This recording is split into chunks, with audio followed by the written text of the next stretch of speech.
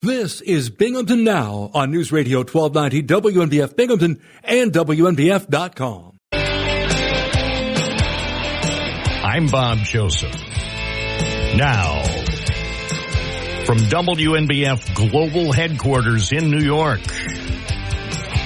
this is the Thursday edition of Binghamton Now. 607-772-1290 if you would like to talk on Binghamton Now. WNBF. And welcome. Good morning, my friends, and thank you for tuning in. 92.1 FM, 1290 AM, online, WNBF.com, and you're always connected using the free WNBF app. And we have a lot to talk about. The dust hasn't settled. People are still analyzing and deciding what it all means. It may be days, weeks, or months before it becomes clear what this all means. But we're here for you every day. Don't lose sight of that. Never give up. Never give up. Always look forward, because, yes, there is a tomorrow and a next year and the year after that. So for those who are thinking, we have nothing to look forward to, you have a lot to look forward to, including Binghamton's best radio program with the most calls. Let's begin. Good morning, caller number one. You're on the air. What's your first name? Where are you calling from? What a better way to open the program than with John from Binghamton. The best. We have only the best callers. Good morning, John. Good morning. Well, Trump took Broome County, and I predicted it. And he took Broome County without any support from the Broome County GOP, without signs being distributed, without a good word from any current public official. No MAGA hats, no nothing. And Trump won Broome County. As I stated before, I thought that he would, and I also thought that the lack of a county executive candidate was a MAGA county executive candidate would not only have been appropriate, but may have carried the day here in Broome County to really make Broome County great again. But the Republican Party here should be ashamed of themselves. Now let's look at where they invested their money and their time. They invested it in Marcus Molinaro. You go, and all you would see is Molinaro signs. There were a lot of Molinaro signs all around Broome County. I can confirm that. I noticed it myself. And the social media pages were, had Molinaro this, Molinaro that. Fred Akshar, the evangelist, was preaching Molinaro, Molinaro, Molinaro. Did he republish his photo with the Republican presidential candidate this year? No, he didn't. And I asked him about that, and I asked him to apologize for his jugular statements on January 6th, where he neglected to mention the death of Ashley Babbitt at the hands of a Capitol police officer. Molinaro, by the way, made a similar statement on January 6th. Did either of them ever publicly acknowledge her loss, the loss of her life on January 6, 2021? No. Why? Why do you suppose that was? Because they are essentially dishonest people, and they're afraid of MAGA, and they're afraid of, if you notice, if you go to the Broome GOP, I think it's Broome Republicans, it says we are interested in promoting qualified candidates. Now, everybody knows the qualifications as far as age and residency of these offices. There's no further qualifications. You don't have to pass litmus tests. You don't have to get down and kiss the derriere of these people. What are they talking about? And they failed in the mission. Both parties failed to put forth full slates of candidates. Now, people for the county legislature, for example, they'll say, well, why is this? Well, there's, 6 protected Democrat seats, and the rest are Republican, and they cut these deals not to challenge them. And it's not that they can't win. Now, the Democrats made a huge mistake, too. For example, they got involved in this inter-party warfare for a Binghamton city judgeship where you had a selection of 2 candidates. They very easily, the Democrats, could have very easily run a candidate against Mark Young, the family court judge, and picked up those seats if they mirrored at all the Leah Webb totals or anything else. But let me tell you about the totals, and this is what I really called for. The Broome Board of Elections got a letter from these voter integrity group. They're nonpartisan. They went all over jot and tittle of all these records, registrations, and everything. And they spotted huge anomalies, potential fraud at the university polling places. And these are invalid addresses. For example, if a student registers Newing College, that is, as far as the Board of Elections, as far as New York State law, that's not a valid address. And then we have this strange sight yesterday morning of voter machines still at the university, packed up, and about 6 printers. And from other reports that have been given to me, they had more printers than machines, and these printers were going full blast, servicing these bogus, illegal addresses that people were registered to. So perhaps if Molinaro spent less time with Fred Akshar and more time on voter integrity, because that's where the potential, let us say, for a voter fraud mill, if it's any place in this city, in this county, it's at Binghamton University, where things don't add up, things don't match up. People can get a copy. Plus, there's very little transparency over there. That's it's sort of a BU world where they don't need to be accountable really to anyone. At least no one in Broome County. Well, they don't answer questions. They, right. They used to answer a few questions. Now they answer questions rarely, only on select topics. On topics they don't want to have news coverage on, they just ignore the inquiries. So, it's, what I think, John? Contact Governor Hochul. Well, I'll send you a bottle of... Don't be nice. Be nice. This is a tough time for Governor Hochul and Tish James. Be nice. Well, be nice. Okay, I'm going to be nice. Thank you. But anyway. Have a heart. Have a heart, at least for 2 or 3 days. Plus, she has to still, she may have thought that, most New Yorkers and most of the world was laser focused on the presidential election, which I think probably billions of people on the planet were sort of distracted by the election Tuesday and how it would turn out. She may have thought that some people have forgotten about Squirrelgate, and I'll just say, between you and me, no one has forgotten about Peanut and his friend Fred. So, yeah, that will have to be addressed at some point.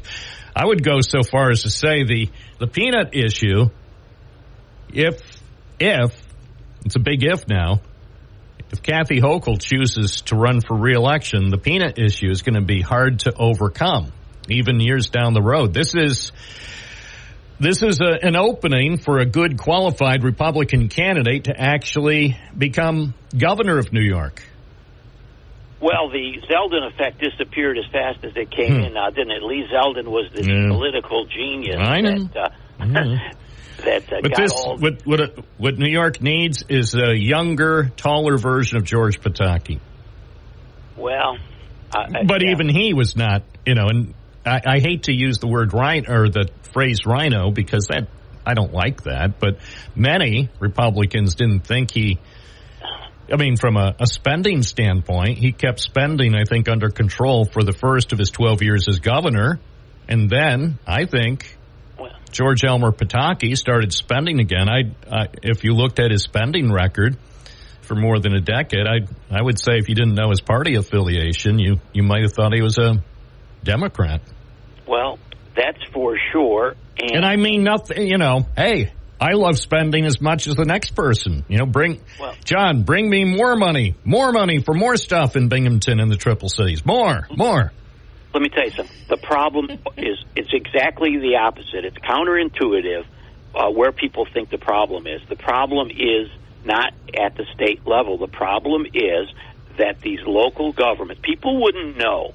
People would not know. They identify with their captors around here. They would not know a good local government from a bad one. And the problem is not at the state level. All these grants and loans and boondoggles have to be approved locally.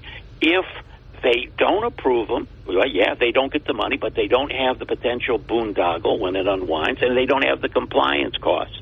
All right. I appreciate your call. Let's see if we could grab some other voices here. Hi, WNBF. It's Thursday morning, and we are live on Binghamton Now. What's your first name? Where are you calling from? My name is Bob, and I'm calling from Otsiningo Park right at the moment.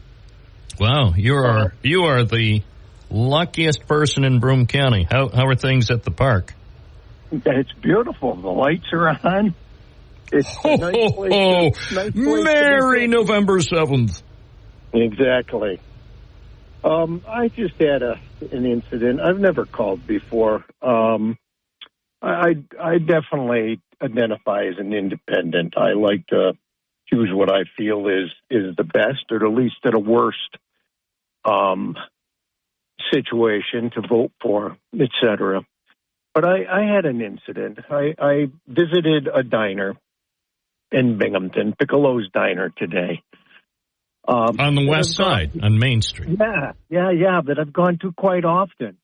Yeah, I just drove past there. I drove past there 25 minutes ago. Everything seemed fine then. Oh, it's wonderful.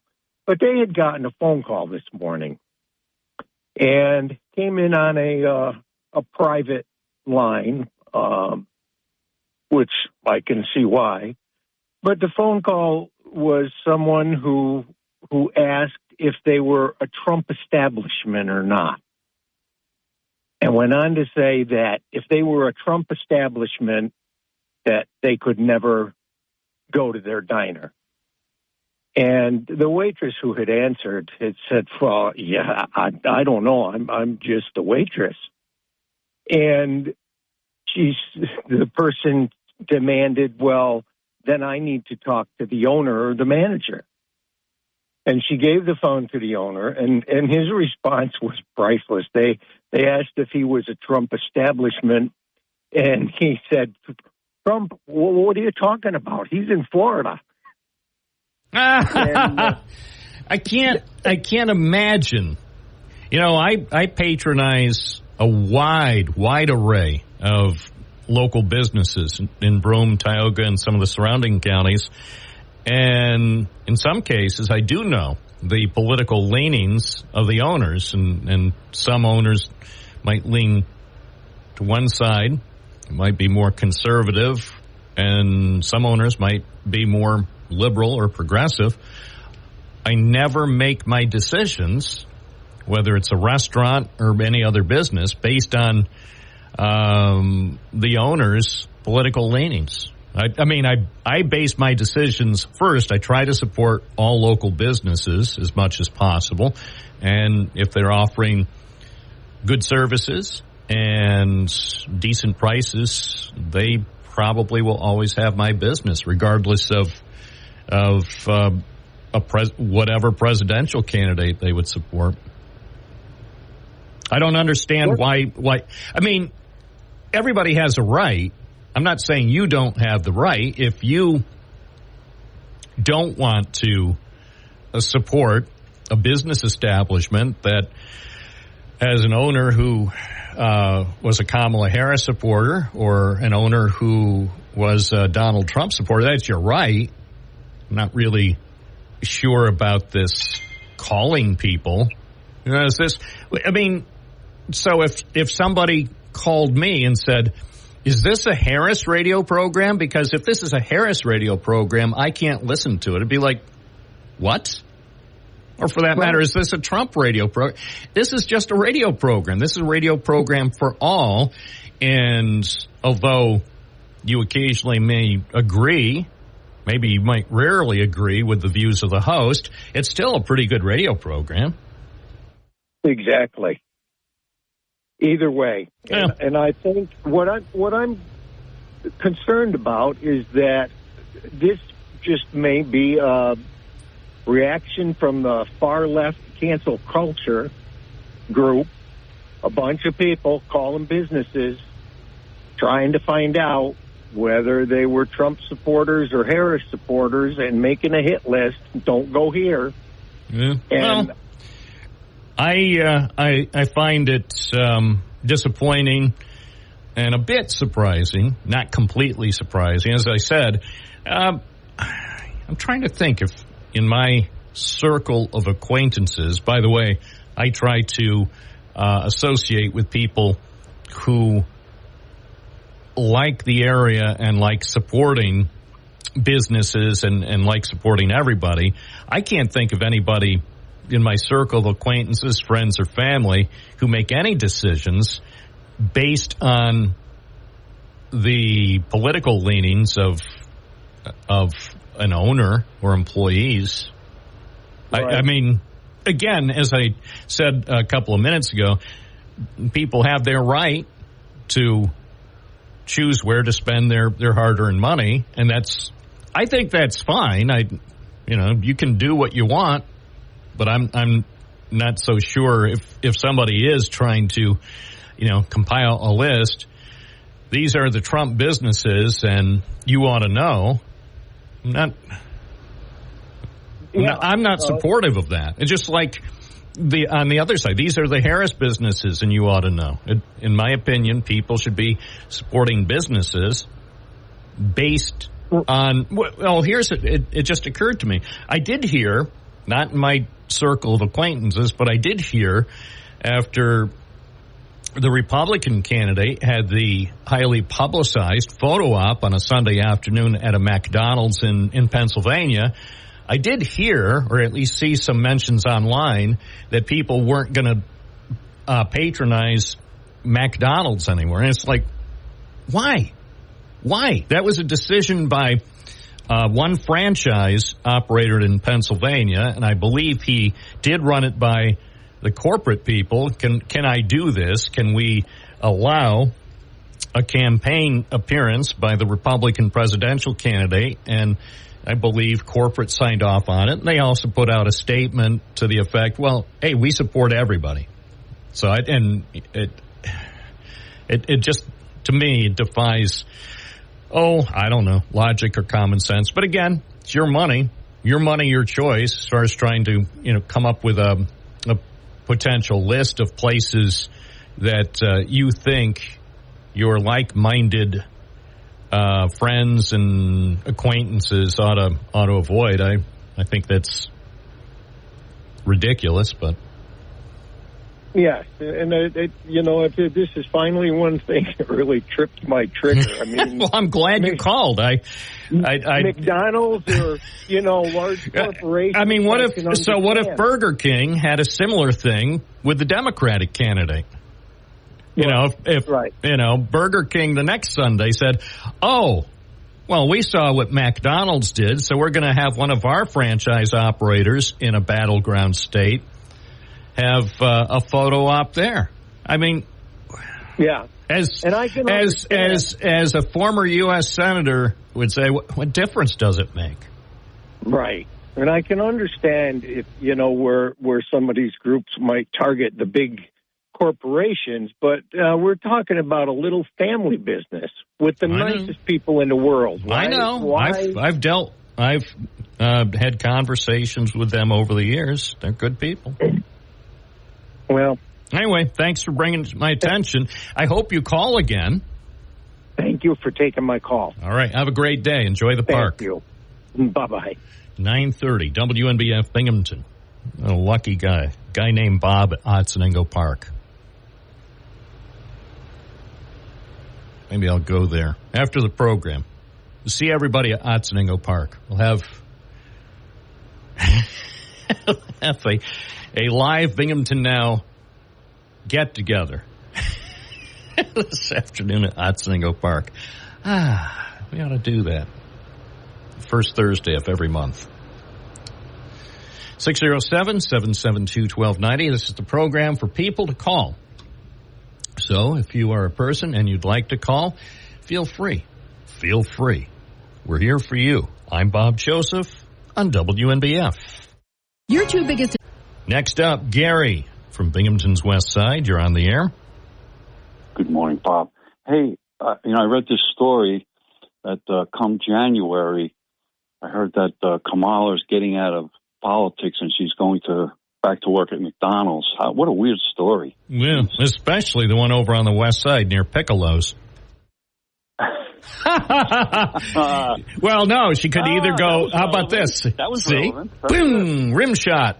Oh, how about this? She's making a decision. Maybe that was one of her people calling the business to see if she should work there or at the McDonald's, or maybe she'll work at the popular Kennedy Fried Chicken. She has three fine restaurants. Back in business. Yes, over on the west side, all on the south side of Main Street. So she could choose Kennedy Fried Chicken, Piccolo's, or McDonald's. Or maybe, because of the economy, maybe she'll have to work 3 jobs. So she might have jobs at all 3 of those fine eateries. Well, a little further down the street, there's the Jamaican patty. Yes. Because isn't she from Jamaica? We don't know. We don't know.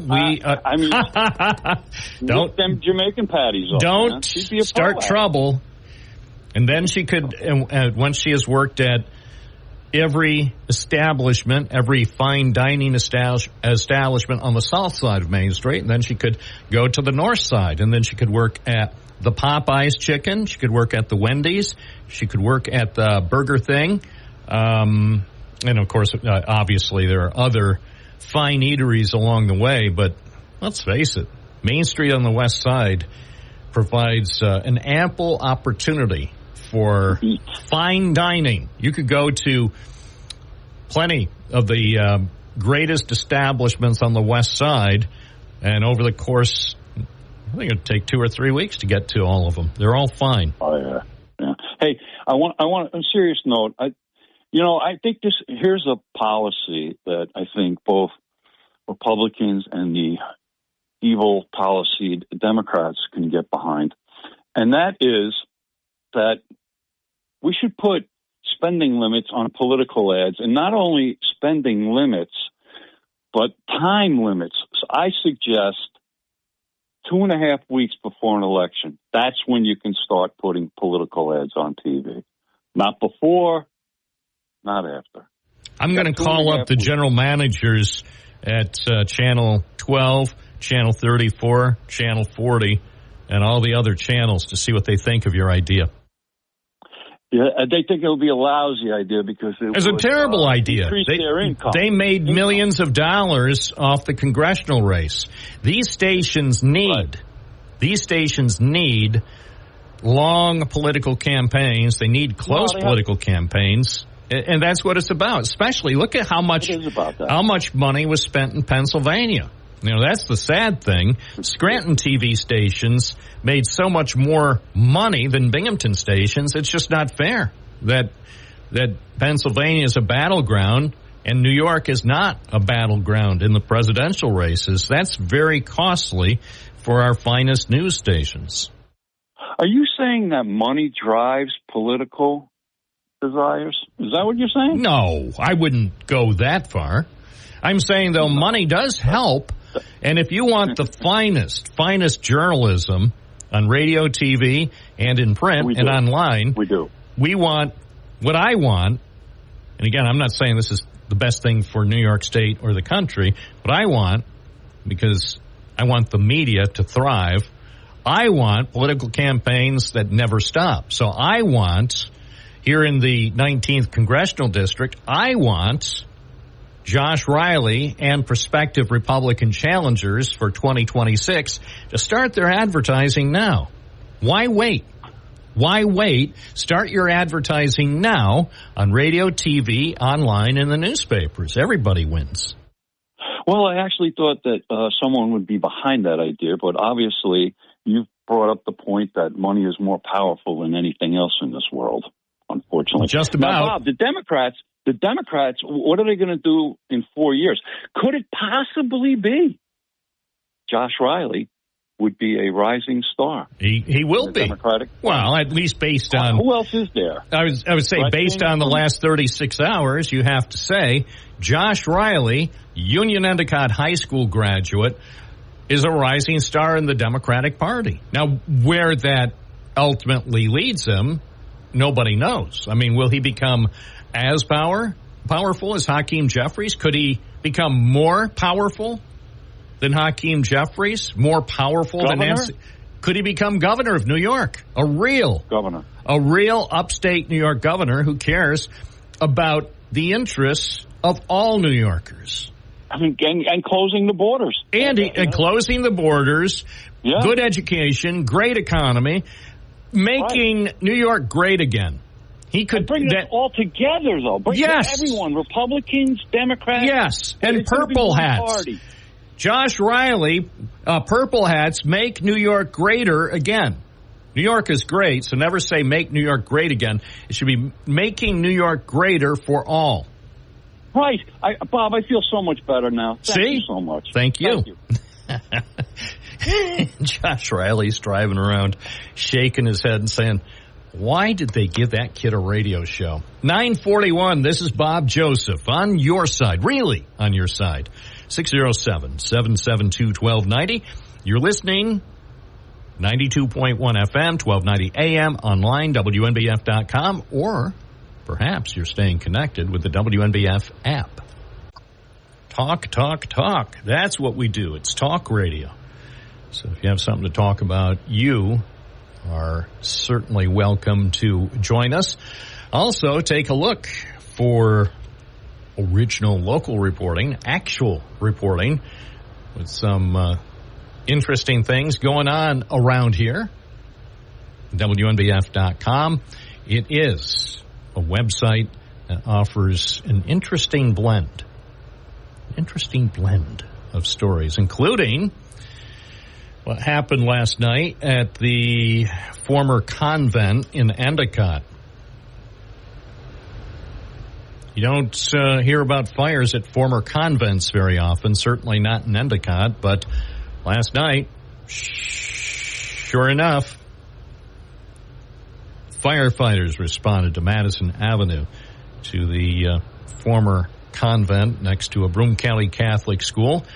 The blaze actually was spotted by an Endicott Fire Department EMS unit going by there. They saw something going on. I think initially some smoke. I don't know if they spotted flames, but ultimately what started as a fire outside spread up the building, up the side of the building, and to the roof. So, well, you can see our story if you want to see more details. I had forgotten about that building. I know I drive by it every so often. I'm on Madison Avenue, but actually forgotten about it. Really has, I think, been idle, or it's supposed to have been vacant, really, for more than 2 decades. But sadly, people have been getting inside there, and you know the story. It's all too common. We have vacant buildings, and yet people need apparently people need places to stay, so if they see a vacant building, they sometimes say, well, this would be a good place to stay until someone orders me out. So we'll see. That fire from last evening in Endicott is under investigation. So if you know anything, send me an email, bob@WNBF.com. Of course, we have more stories on our website, WNBF.com.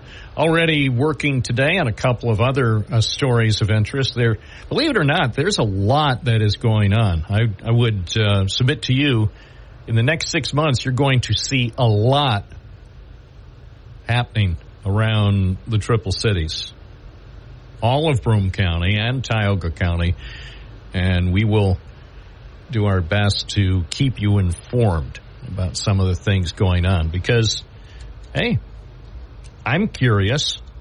That's why I think I'm in the reporting business, because I have a natural curiosity, and so that natural curiosity definitely serves me well. If I see something that looks remotely interesting, then of course I'll stop by and have a chat. What I always enjoy from people is when I stop by and see something really, really interesting, and then somebody says, oh, we don't want a news story.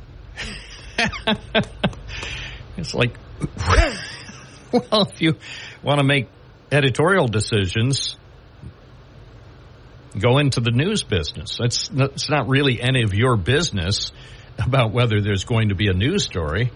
I will say, just generally speaking, for people who say they don't want a news story, that probably increases the likelihood there will be a news story. I check out a lot of things over the course of a week, and some things don't qualify as a news story quite yet, but they probably will at some point in the future.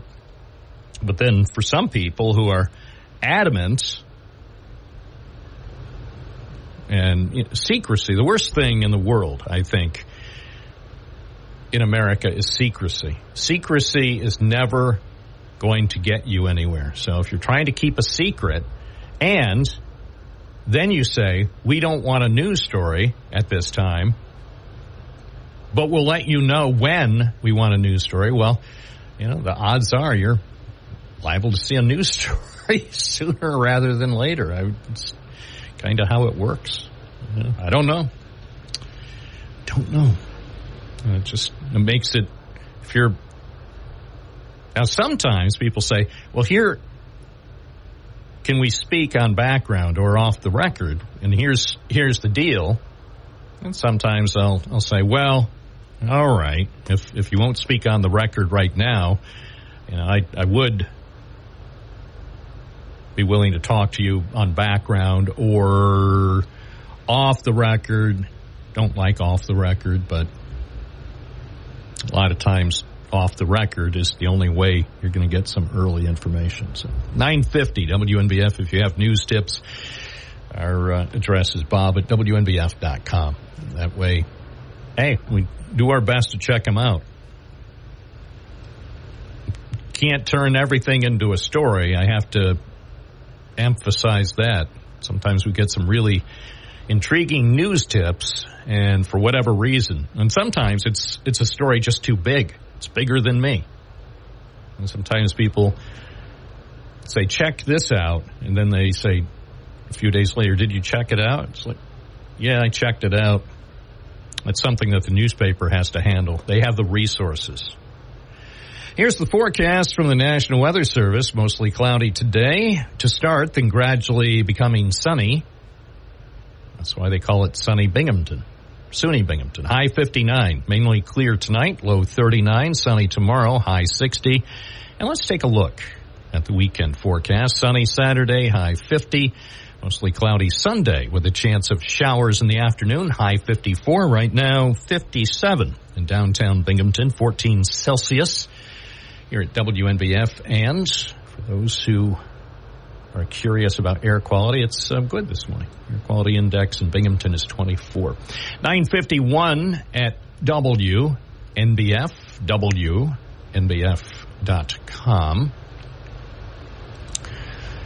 Let's see.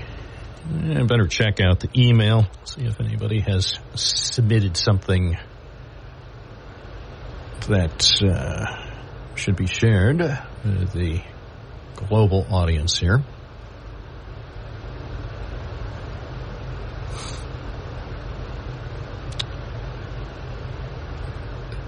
Oh, here's one. I'm not going to use that yet. I'll have to check that out. It could be a good story, but I can't really go. It's interesting. It may actually turn out to be a good story. Oh, I know. The other thing is, and thanks to a tipster who pointed out that big, you know how Colonel Sanders has his big bucket of chicken? And so for decades, there's been this big bucket of chicken at the KFC, or the KFC had been on East Main Street in Edwell. And as we've reported, I think we reported in September that the former KFC building on East Main Street in Edwell near the Town of Union offices had been sold, and they were turning it into a batch coffee shop. So one of our more astute listeners notified me that it looked like the place was open, and she pointed out that the thing that used to be the Colonel's big bucket of chicken had now been overnight transformed into a delightful oversized coffee cup. So I did go over there and check that out and talked with the owners. Nice conversation with Chris and Brendan at the Batch Coffee Shop on East Main Street. Now take a look at the story on WNBF.com. It's got pictures, and it is nice what they actually did, and that the old bucket that initially, many years ago, was a big bucket of chicken, symbolically. Never filled it, I think, with chicken, but it would have been a lot of chickens in there. But they put some like a vinyl thing on the side and turned it now into a big coffee cup. And so after that place gets open, maybe on a Monday morning, I'll ask him if I could have the extra large coffee. I don't know how many gallons of coffee that would hold, but it looks like it could be about 400 or 500 gallons of coffee, which on a Monday morning would be just about right. So we've got that story on our website. Coming up later today on WNBF, Sean Hannity. And, of course, Sean Hannity is perhaps one of America's most remarkable talk show hosts because he does both radio and TV. And you can hear him on the radio 3 to 6 this afternoon here on WNBF. Morning, WNBF. You're on the air. What's your first name? Where are you calling from? Good morning there, Bob. It's Dave from Boston. How you doing? Great. What's up? Good. Hey, I just wanted to tell you, I got to thinking, Bob, you got something there. Purple hats. What purple hats with American flag on them, Bob, all over the country. What better way to show unity? Well, that's what I'm saying. Idea. We bring the country back together again. I am sick and tired of the divided states of America. I want the reunited states of America. That's what we'll call it, RSA, Reunited States of America with purple hats. Purple hat. Make America united again. Yeah, get marketing, Bob. Get going. All right. I'm going to call I know somebody who runs a hat company. Okay. Hey, have a good day, pal. Thanks. Make America. Or reunite America. Well, why not? Why not? For a change. Aren't you tired of all the division, all the anger, all the mean things that people say? No more mean things. Nice things. Say nice, positive things about everybody. For the United States of America. More calls are coming up. If you haven't called yet, I expect you'll want to in the next hour or so. I'm Bob Joseph on WNBF. As we move toward noon, let's see what the callers have to say. The voices of the people, Binghamton and beyond. You can talk about the elections, your thoughts, your concerns, your hopes, and your dreams. Good morning. You're on the air. What's your first name? Where are you calling from? Jim from Binghamton. Morning, Jim.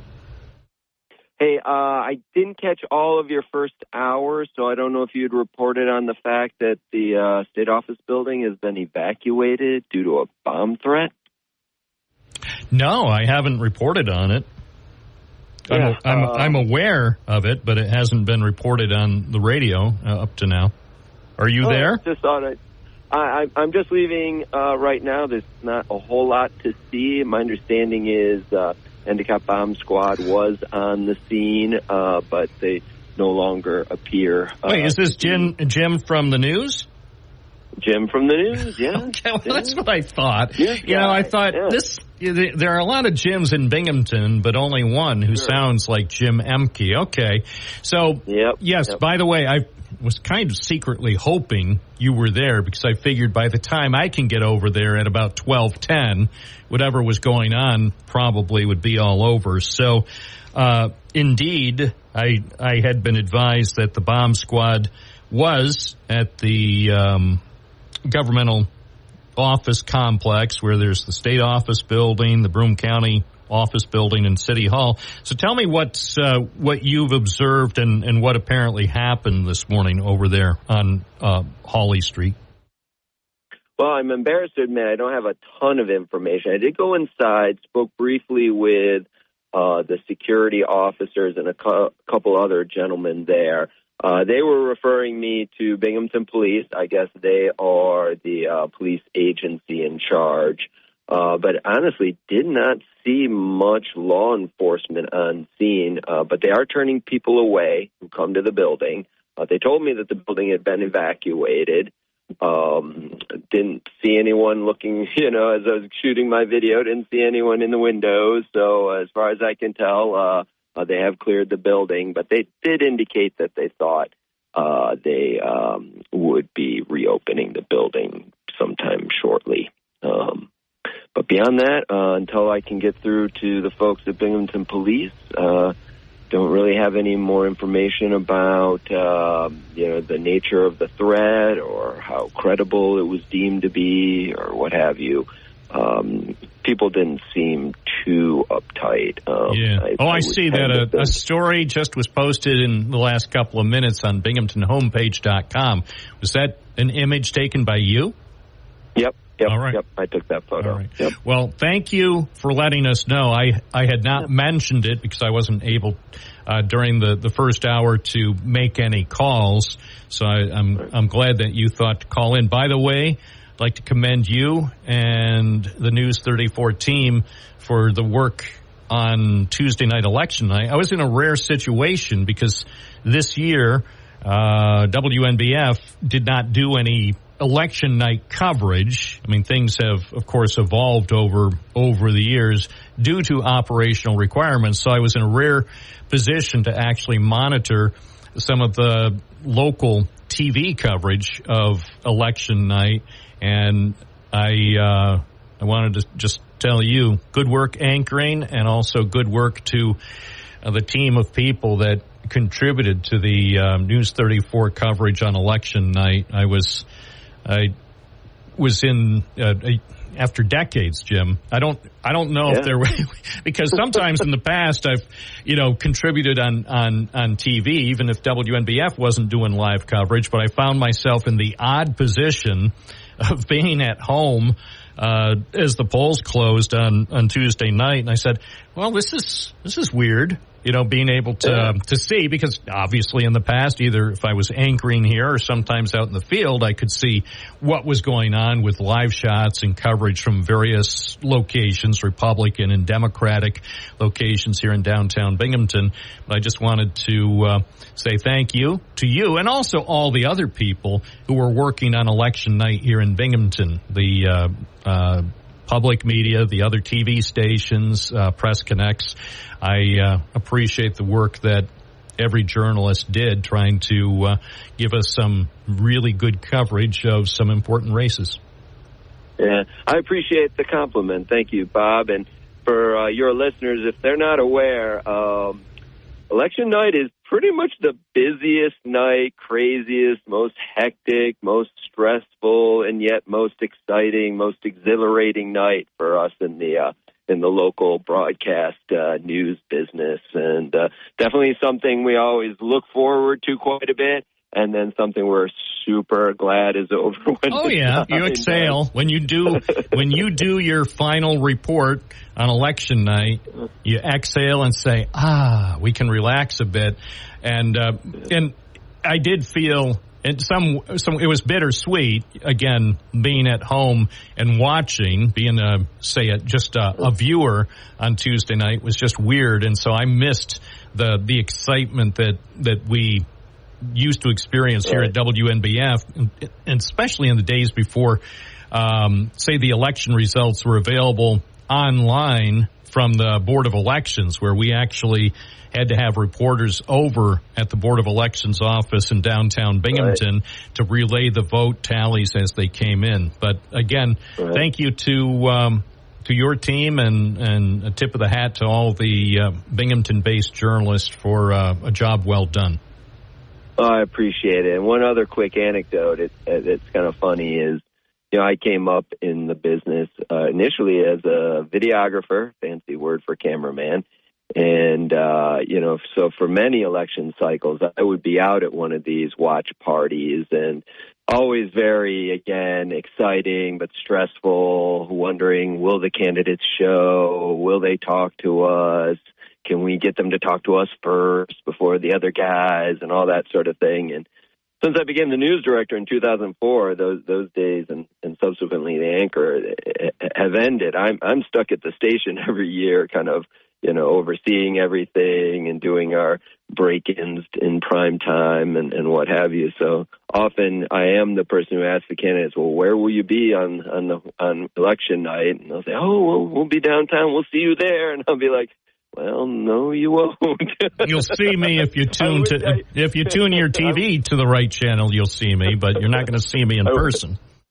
Yeah, and it's always bittersweet, because in some ways I really wish I could be there, because those are fun assignments, and again, it's be very rewarding when you're able to get the information out there to the viewers as quickly as possible. But someone's got to sit there and read the prompter, so that's my role. And you are the face of News 34, and that kind of the consistency certainly is important to the news operation, and certainly the viewers here in Binghamton appreciate the work you've been doing over the decades. And I do thank you for calling in to give a little update about that reported bomb threat that had resulted in the evacuation of the Binghamton State Office building.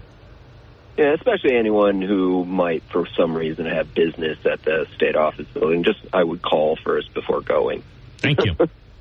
Yep. All right. Take care, Bob. Bye. Jim Emke, live, and you can see him and the News 34 team every weeknight on your appropriate channel. You're saying, well, what channel would that be on the cable? Well, on my cable, it's on 5 or 6, but your cable might vary, or maybe you would watch it online. Anyway, thank you to Jim Emke. 1019, let's take some calls on this Thursday morning. Hi, WNBF, you're on the air. This is Binghamton Now. What's your first name? Where are you calling from? Ooh, pick me. I want to talk. Yes, congratulations. You may already be a winner. Well, that's good news. For Here, the enjoy. day today. DJ from Binghamton, here, enjoy this complimentary quarter pounder with cheese and triple onions. Oh, wonderful. Yeah, nice, fresh right out of your garden, right, Bob? No, I got them from some guy. A guy who gave me a good deal. He said, Bob, how would you like to buy an ounce of onions? I said, oh, an ounce of onions? Sure. How much are they? He said, $200. It's like, what kind of onions are these, sir? Anyway, probably green onions, said Booker T. Anyway, so what's on your mind, DJ? Oh, Five Guys, burgers and fries, how healthy. I don't know. I just heard my brother from another mother's voice, and he inspired me, Jim Emke, so I thought I'd call up. I remember one time, it was, 90? This family got burned out, and it was back where the Press and Sun Bulletin used to come to the house, and I was reading the paper, and I felt really strongly to just call. It was Christmas time. You know how everybody loves the Christmas.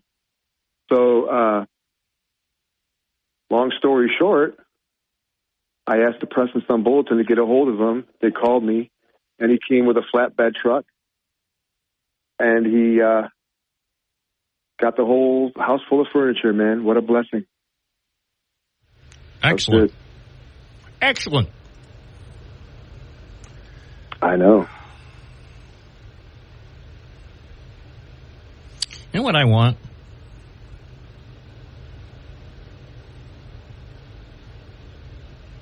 You're supposed to say, no, I don't know what you want. What do you want? You still there? Oh, we lost DJ. Oh, well. I was going to tell him I wanted a Diet Pepsi. Don't ask me why.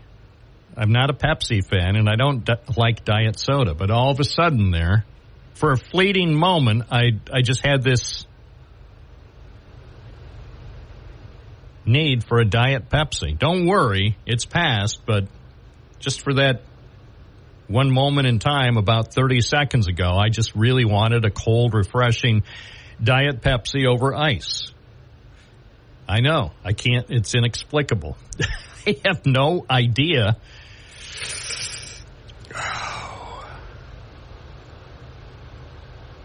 Diet Pepsi over ice. Now I want it again. I don't know. Maybe I should just drink water. Or maybe a blend of Diet Pepsi and Coke Zero. And maybe, does anybody have any Tab?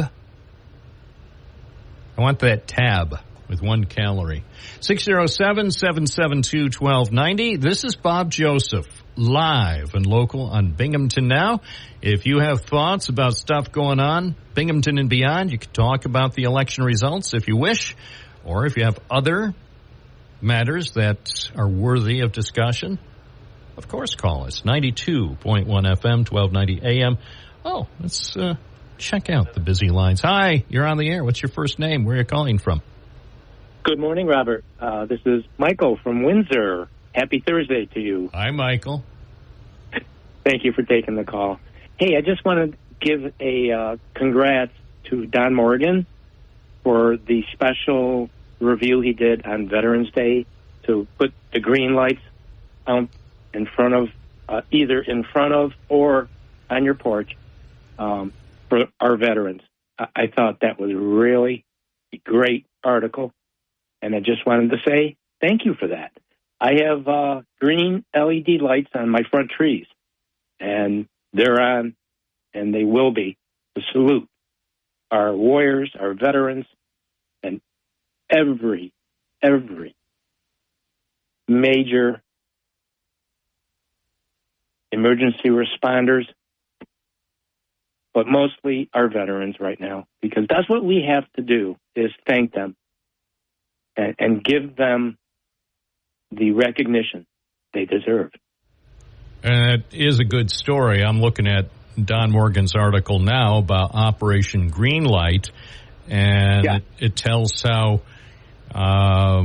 this is a project that will help to encourage people in Broome County to display green lights during the week of Veterans Day to support those who served in the U.S. Armed Forces. That is correct. So businesses and homes in Broome County are being encouraged to display the green lamps to support veterans. So if you want to know more, you can see it on WNBF.com. Just look for that story by Don Morgan. And it also has a list of 7 locations around Broome County where the green light bulbs are being distributed, and they're available for free, I'm sure, while quantities last. So participate and show your support for those who served in the U.S. Armed Forces. That is correct. I did have one question. Are they incandescent, LED? That's a good question. I don't know. And I would think that they probably are LED, because I'm not sure that you can sell, or I don't know what the deal is now with incandescent bulbs. I think they're gone. They're pretty much gone, but you never know. I think, say, possibly, it's just a possibility, maybe, say, the green lights were supplied by a company that, say, already had incandescent green lights still in stock. I think companies were allowed to basically sell what they had on hand, but after a certain date, they couldn't manufacture more or bring more to sale. But if they had some that had not yet been sold, they could have, put them out for distribution. But right. Well, with the prices though of the LED bulbs, why would anybody even think of buying an incandescent anything? I don't know. But some people just love to be radicals. Well, that's too bad, because LED is the way to go. Oh, I agree. And like I said, I've got miniature LED lights on my trees, green, and I'm going to salute our veterans. The other thing, who is Tracy Taylor? She's on the Hawk Morning Show with Glenn. Oh. WHWK 98.1, the most powerful radio station in Binghamton. Okay. Well, I don't know. I have to be careful. Now I said that, and now what I'm not sure technically is the Hawk the most powerful station in Binghamton, or is the Whale? I mean, they're both fine Town Square media stations, but technically I am not 100% sure from a power standpoint if the Hawk is the most powerful. They're both powerful. I mean, they have huge coverage areas with their signal. But I will say the Hawk, and this is no secret, since the Hawk started operations 40 years ago, it's been unstoppable. People have tried to stop that station with their modern, I don't even know what they call it. I call it modern country, but that's not, I don't know what exactly it's considered now. It's a country music format that is so popular with people from, the age group from 0 to 120. And so it dominates the Binghamton radio scene. And, we're fortunate. We've got a good bunch of stations here, with the Hawk and the Whale and Kiss. Yes, we do. And WNBF. Yes, I like WNBF best.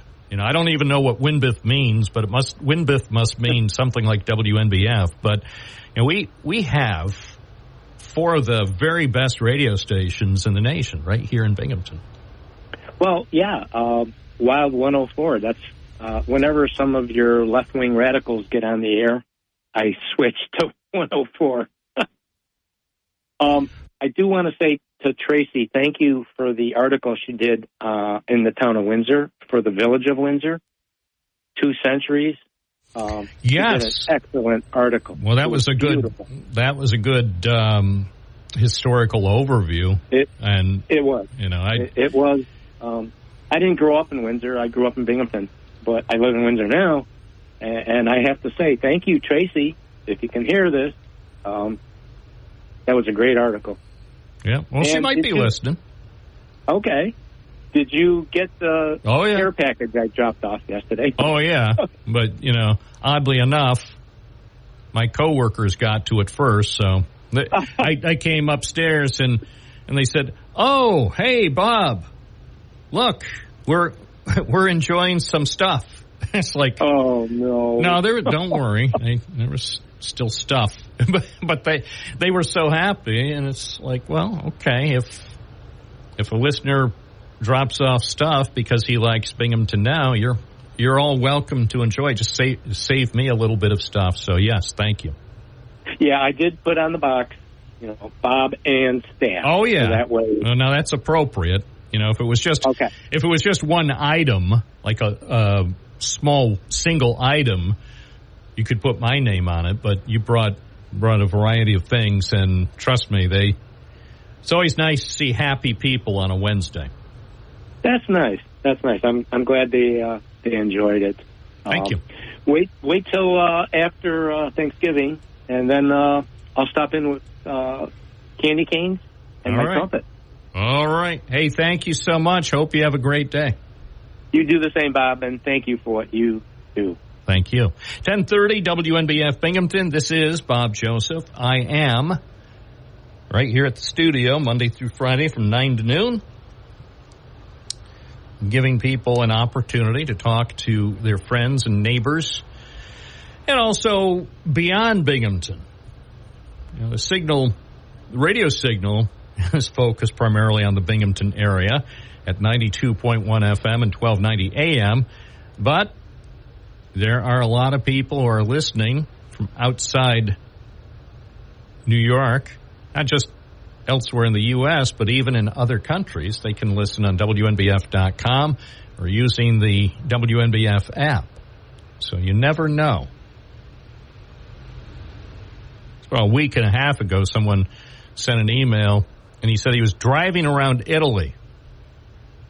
No, not Little Italy, Endicott, Northside, driving around Italy, visiting small towns and listening to Binghamton Now. So there. I guess we're going to get big in Europe. We have to do a special European edition of Binghamton Now. It's 1032, 607-772-1290 is the number. This is WNBF. Elizabeth. Going back to the busy phones, Tom and Endwell, you're on the air. Good morning. Good morning, Bob. Yeah, I'd like to have just kind of a serious conversation with you here. I'm a very independent person. I watch all sides of the news. So the last couple of days, I'm hopping around watching news from CNN, MSNBC, like all the left-wing media, even paid attention to The View. And the reason why I really wanted to listen to them is because I wanted to hear the words that are being displayed and the amount of racist and rhetoric that is coming from the left-wing media, calling blacks and Hispanics misogynists, really attacking people that didn't vote the way that they felt that they should vote. And, they're calling for protesting. They're, and you even heard some of it in Chicago starting to flare out. Like, I want people to really pay attention to the left and the amount of rhetoric, the racist and violence that they display. This is 2020 riots starting all over again. Whether they will they get as big as they did, I have no idea. But people need to pay attention to how the Democrats are performing, and this is exactly why people stop voting for them. They cry of the name calling, but in the same breath, they're using so much foul, racist remarks.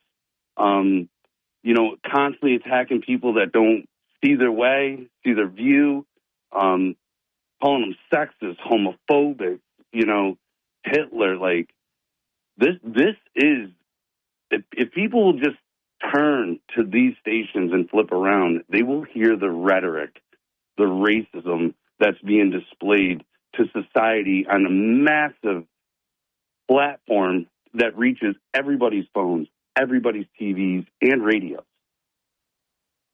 Promoting violence. This is the Democratic Party at work, and I'm telling you, you're going to see even more of it. Now they're throwing Biden under the bus. I mean, they're like eating their own.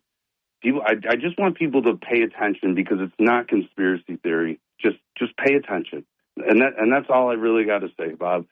All right, thanks for your call. I was going to say 737, like it's some sort of Boeing jet. Ha! Good luck, Boeing. Wait, it is 737 in Malibu. By the way, Topanga Canyon is closed till further notice. Again, Topanga Canyon closed till further notice. Sorry for our listeners in Malibu. Yeah, it's 737 there. Oh, and congratulations, Boeing, on getting your strike resolved. Now try to start churning out some high-quality jets for Benny. Oh, never mind. Hi, WNBF. Good morning. You're on the air. What's your first name? Where are you calling from? Yeah, this is Tom from Endicott. What's the first name? Tom. Oh, hi, Tom. Yeah, what's going on there? What's going on in Endicott? Anything? Well, I'm actually over at campus. I was going to let people know. I don't know if they're aware of this or not, but if you're over 60, you can actually audit classes at Binghamton University for free. And as a retired engineer, I 2 days a week I come over to class and I sit in classes. Sometimes I do the homework and the exams. Sometimes I just get up and walk away. But it's a nice feature. You have to be a resident of New York State and over 60 years old. That's a good reminder for our listeners. Yeah, and to do it, I mean, it's pretty easy to do. You go to you type in Binghamton University Older Audit Program. You can it comes up under Harper College, but you can take any classes. I've taken music classes. I've taken engineering classes. You could set, as long as there's an opening in the class, you can't block another student from, if the room only takes 30 people, they enforce it. You're the 31 person. You can't take the class. But there's a lot of places where they're online, and it's a lot of fun. But it lets you get in touch with what's happening, and it keeps you young, to be learning. Sure. Well, and plus, it's nice to know more things. The more you know, the better your life tends to be. Yeah, and I was also just wanted to mention, Binghamton University has basketball teams, and I played the University Pep Band for a number of years with Mo Taylor. I know you know Mo, and just want to mention there's a doubleheader tonight of the men's and women's game. If people are interested in that, there's another opportunity. But the real reason that I called for just a second was I just was listening to what Tom said, and I did the same thing from Edwald said. And I did the same thing. I went to CNN. Even when I was watching the election reports, I would go CNN for a half hour, MSNBC for a half hour, Fox for a half hour, and just to see how things were presented. And to his point, this morning, my wife won't even watch Morning Joe, but I have to watch Morning Joe and see what he has to say. And this morning, all they were complaining about was that the election was lost because of all the fake news and facts that were put out that were just incorrect or fake. And I'm not saying that the Democrats don't do that, but I certainly will say that those shows, they put out a lot of fake news also. And for them to act so powerful to say, well, we always tell the truth. I mean, that's where the people lose credibility, in my opinion. What do you think?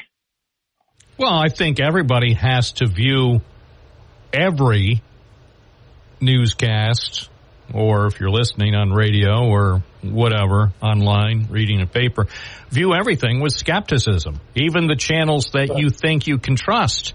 A lot of us, and personally, this goes back to my childhood,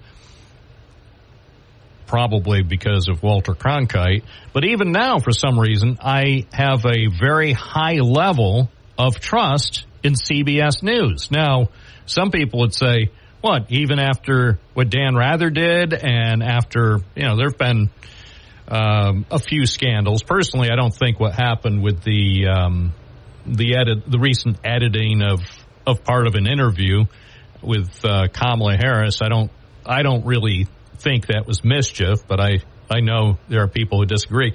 Bottom line is, whether I'm watching CBS News or ABC or Fox, MSNBC, CNN, whatever, Newsmax, I try to watch with skepticism, healthy skepticism, and try to think, try to read between the lines and understand. I mean, first of all, at least up to this point, almost every newscast being produced in the United States is produced by at least some humans. Yes, AI has started to seep in and wreck things, but still, because there's a human element when news stories are being produced, there's inevitably going to be some bias because we're human. But I think it's incumbent on people who really want to know as much about what's going on in this country and what's going on around the world to seek out a wide array of sources. And even then, even say if you've paid attention to a domestic story, a political story in the U.S., or a story, say, about the war in Ukraine, and you get sources from around the U.S., different views, well, then go outside the U.S., too, to see how others outside our bubble might be reporting on some things, to try to get overall a better appreciation of everything. And even then, still be skeptical, because I'm convinced for almost every situation, we never get the whole story, even if we work hard. Right. There are still elements that usually, I think, unintentionally, but maybe sometimes intentionally, are just concealed from us. And you have to understand that even a story that you think that you know everything about, be prepared to find out some new things going forward.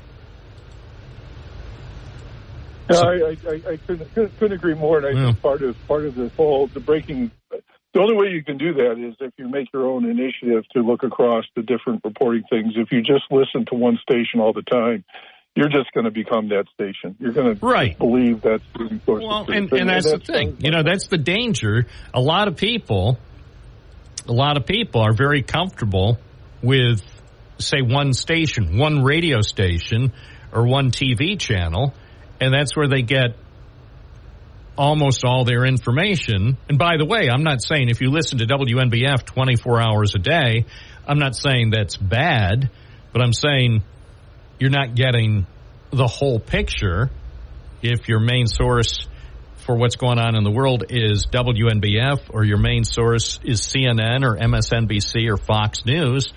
Get more information. And I understand also it's tough. People are already busy enough just dealing with raising their family and making money decisions and just doing the stuff you have to do already. I know people don't have a lot of time. They don't usually have the luxury. Even if you're retired, a lot of people I know who have retired over the last few years are still really busy and don't have a whole lot of time to devote to news coverage. But still, you should strive to get more information as much as you can. All right. Well, thank you very much. Enjoy your program and keep up the good work. Thank you, Tom. It's 10:45. Ask questions. Be skeptical. 607-772-1290. I'm Bob Joseph. Binghamton Now on WNBF. Another great day for America, and things are, of course, going to be even more interesting. So stay tuned to WNBF. We'll try to give you the local angle on some things. Of course, ABC with updates at the top of the hour with national and world reports.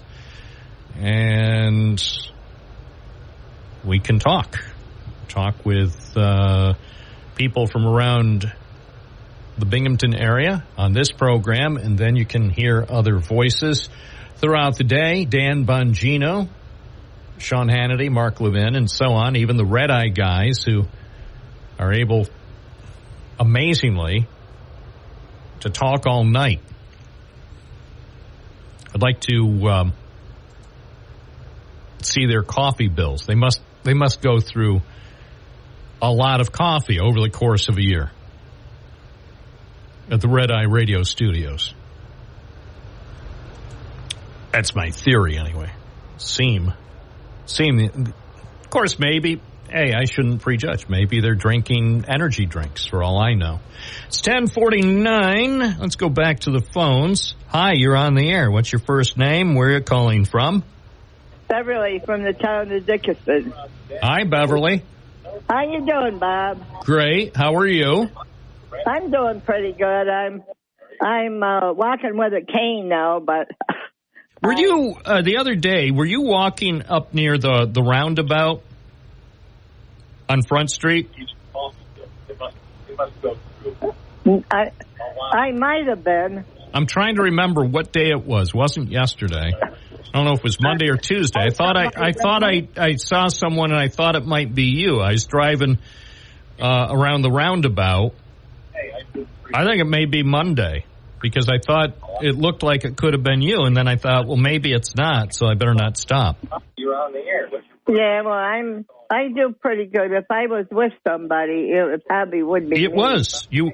It was somebody that I thought might be you, and I don't know who that was. I don't know if it was some guy or it just looked like it might be you, and because I saw. Well, Bob, I'm doing pretty good. Okay. I keep my spirits up and so forth, and I read my Bible and so forth, and I listen to Joe Osteen, so it keeps me pretty busy.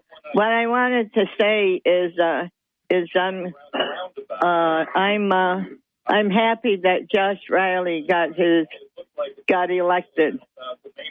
Were you surprised? Because some people thought that Mark Molinaro might have won a second term. Were you surprised that Josh Riley from West Endicott actually was elected to Congress? Actually, no, because the way, in my opinion, Mark's been in politics for 30 years.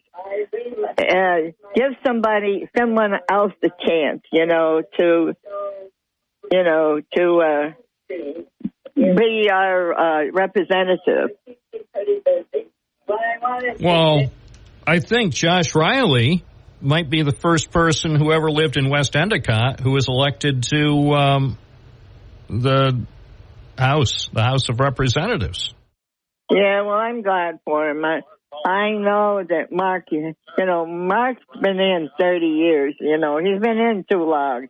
Like I said, give somebody else a chance. Yeah, but what is he supposed to do now? So he'll be out of work. What will he do then in January when he has to look for a new job? Politics for 30 years. I think, he'll find something, Bob. Will he? I think so. Well, of course. Well, I hope so. I am glad Leila Webb there got it. She's pretty nice, and yeah, she when she was here a few weeks ago, and she answered all my questions. I know that Mark's been in 30 years. Yeah. So, but she's who I miss, Mayor David. Yeah, me too. I wish he would come on the program. Don't you wish we would get a call from Rich from Binghamton? Rich from downtown Binghamton. If he would call in. It would be nice if we heard from somebody. Yeah, and what about Richard Bucci? If we could get a call from former Mayor Bucci, former Mayor David. I mean, wouldn't that be nice? That would add to the program. Yeah. Our town supervisor's been keeping quiet lately. I wonder what he was up to. Oh, do you want me to call him and have him come back on the program?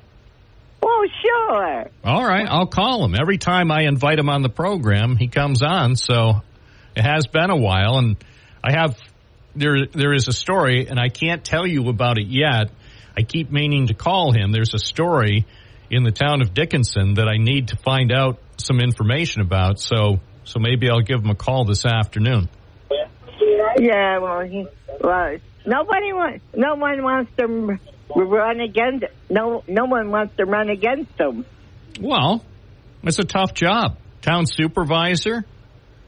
You know, look at town of Shenango, for example. You see what I'm saying? You know, how come they keep all that? You know, talk about a town that doesn't want any questions to be answered. Well, I mean, Vestal is really transparent compared to the town of Shenango, right? As far as I know, it is. Well, yeah.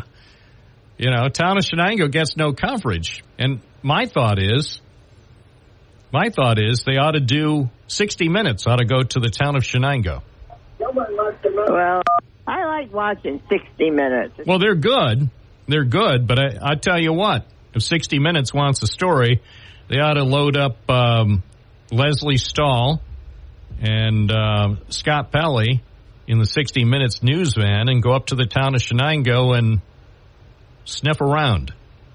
Right. You see what I'm saying? Right. There's a segment. There's a segment. If they want to find out some news for their highly rated news program, they should go up to the town of Shenango and start asking a few questions. Yeah, it's pretty quiet around here, you know. Yeah, and sometimes the quiet is disconcerting. You know, a lot of times the quiet means stuff is going on and they're trying to keep it from you. We ain't got them yet.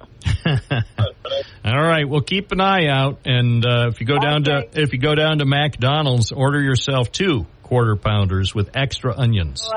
But Bob, I'm staying away from stuff like that because. You going to eat healthy? Huh? You going to eat healthier? Yes. Okay. All right. Well, then I will eat your Quarter Pounders. So since you're not going to eat any Quarter Pounders today, I'll go up and get myself 3. Oh, my God. Yeah. And I'll film it, and then I'll put it on YouTube's. All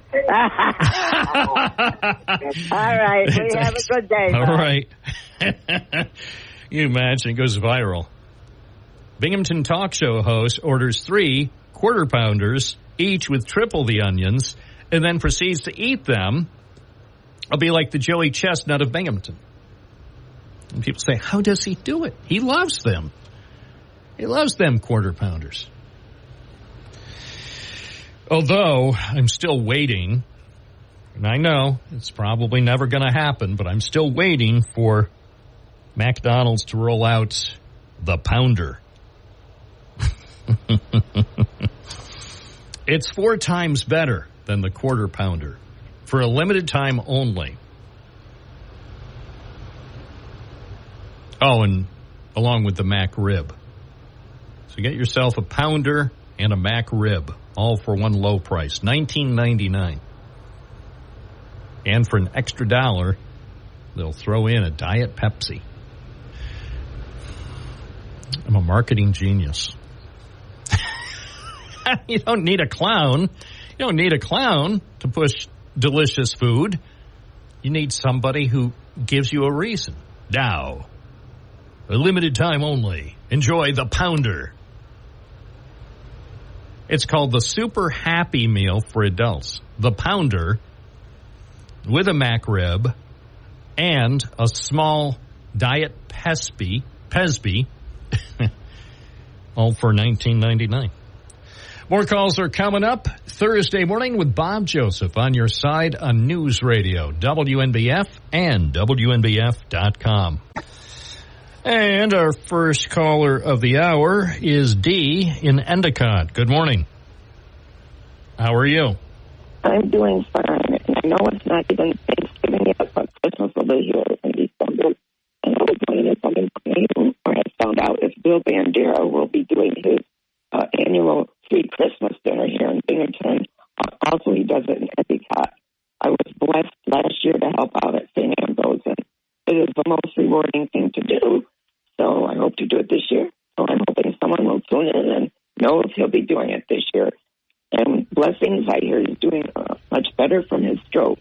So that's my question for the day. Okay. Will there be Bandera family a Christmas dinner coming up. If our listeners know, or anybody affiliated with the Bandera Family and Community Alliance, if they know what the plans are for next month, I hope they'll contact us. I think they'll probably do it, but I haven't heard anything official. Well, thank you very much. Thank you. Bye-bye. Bye-bye. And I haven't been in touch with Bill Bandera lately, so hopefully he is doing well. And he usually does get in touch with us, so hopefully Bill Bandera or somebody who has the information about what may be happening this Christmas will be able to let us know as soon as possible. Hi, WNBF. You're on the air. What's your first name? Where are you calling from?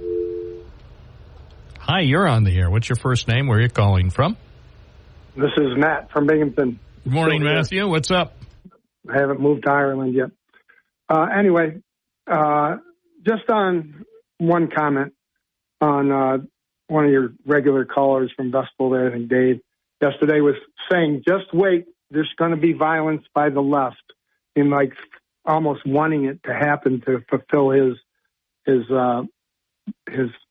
fantasy that we are the same as the kind of people that did January 6th.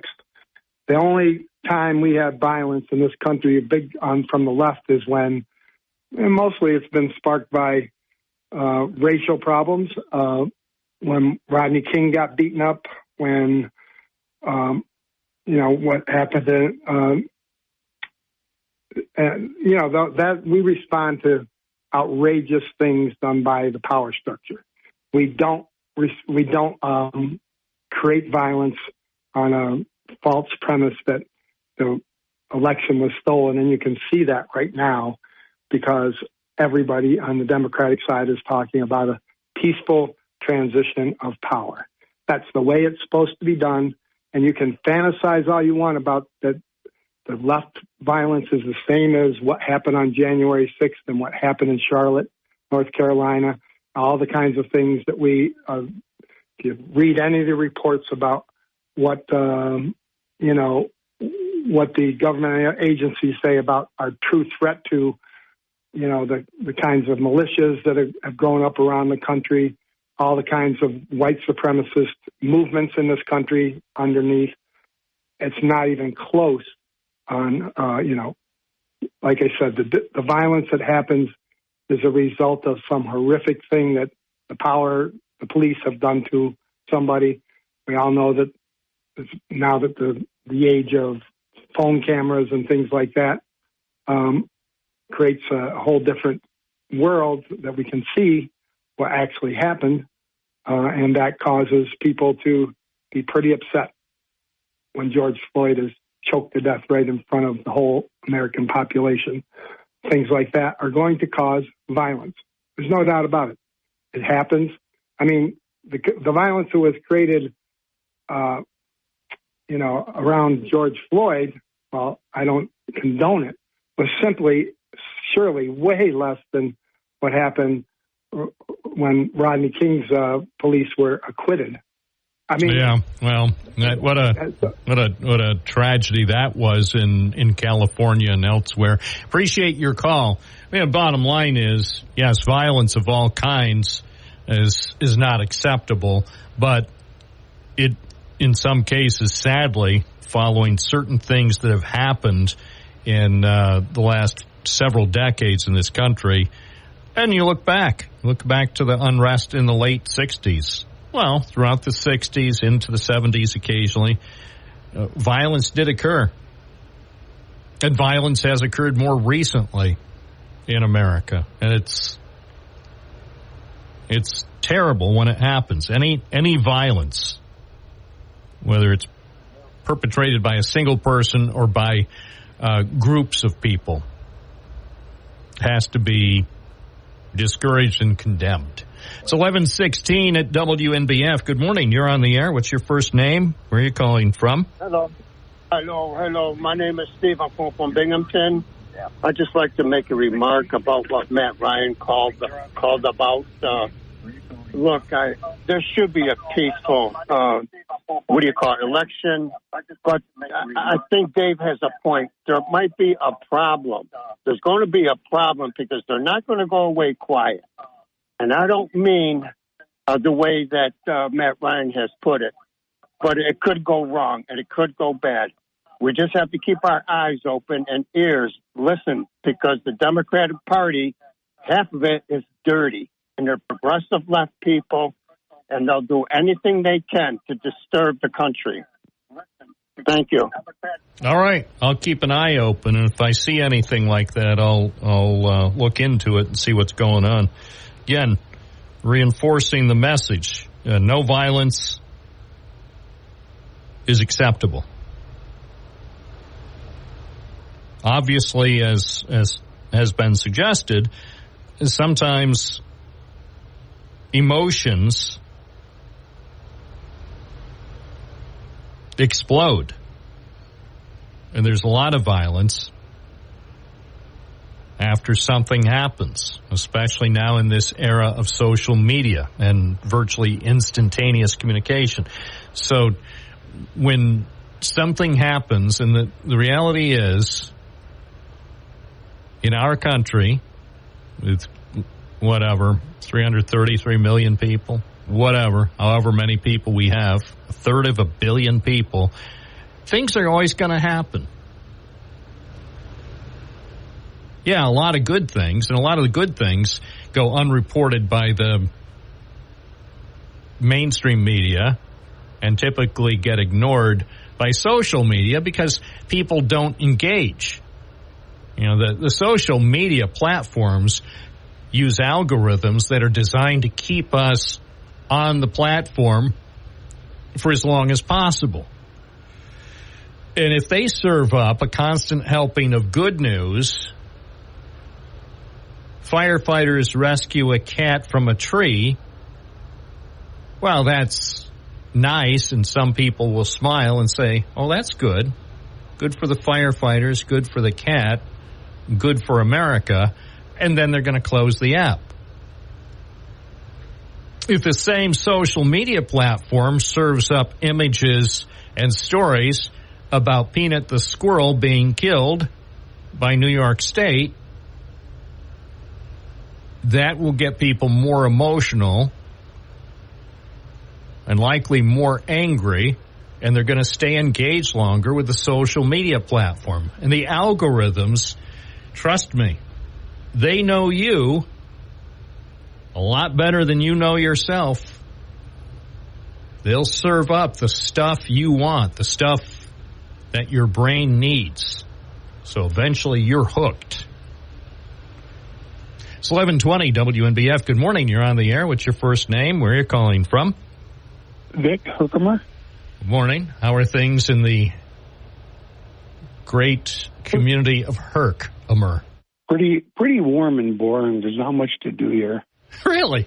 Don't they have any carousels? You know, they know all they got here is the Herkimer Diamond Mine, and as we all know, that's just overpriced crystals. Okay. I'm not sure that I've ever been to Herkimer. They used to have a paper. They had a paper. The Herkimer paper was actually printed in Johnson City by, that company before they shut down their printing plant and left 99 hardworking men and women jobless. So the Herkimer paper, as well as the Utica paper, were printed in Johnson City. So, oh well. Now they're probably printed in New Jersey. Well, I'm happy with the election results, and I'm also worried about what might take place on January 20th and the inauguration. But when I hear you say that no violence is acceptable, to me, no acceptance is violence. And that needs to change in this country. If Kamala won, there'd have been a lot of people upset, just as they are because Trump won. But if we don't come together as a people, and I think the Trump election was a mandate on this, if we don't come together as a people, then we're going to be destroyed from within. And people have been saying that for the last 10 years, or since 2008, actually.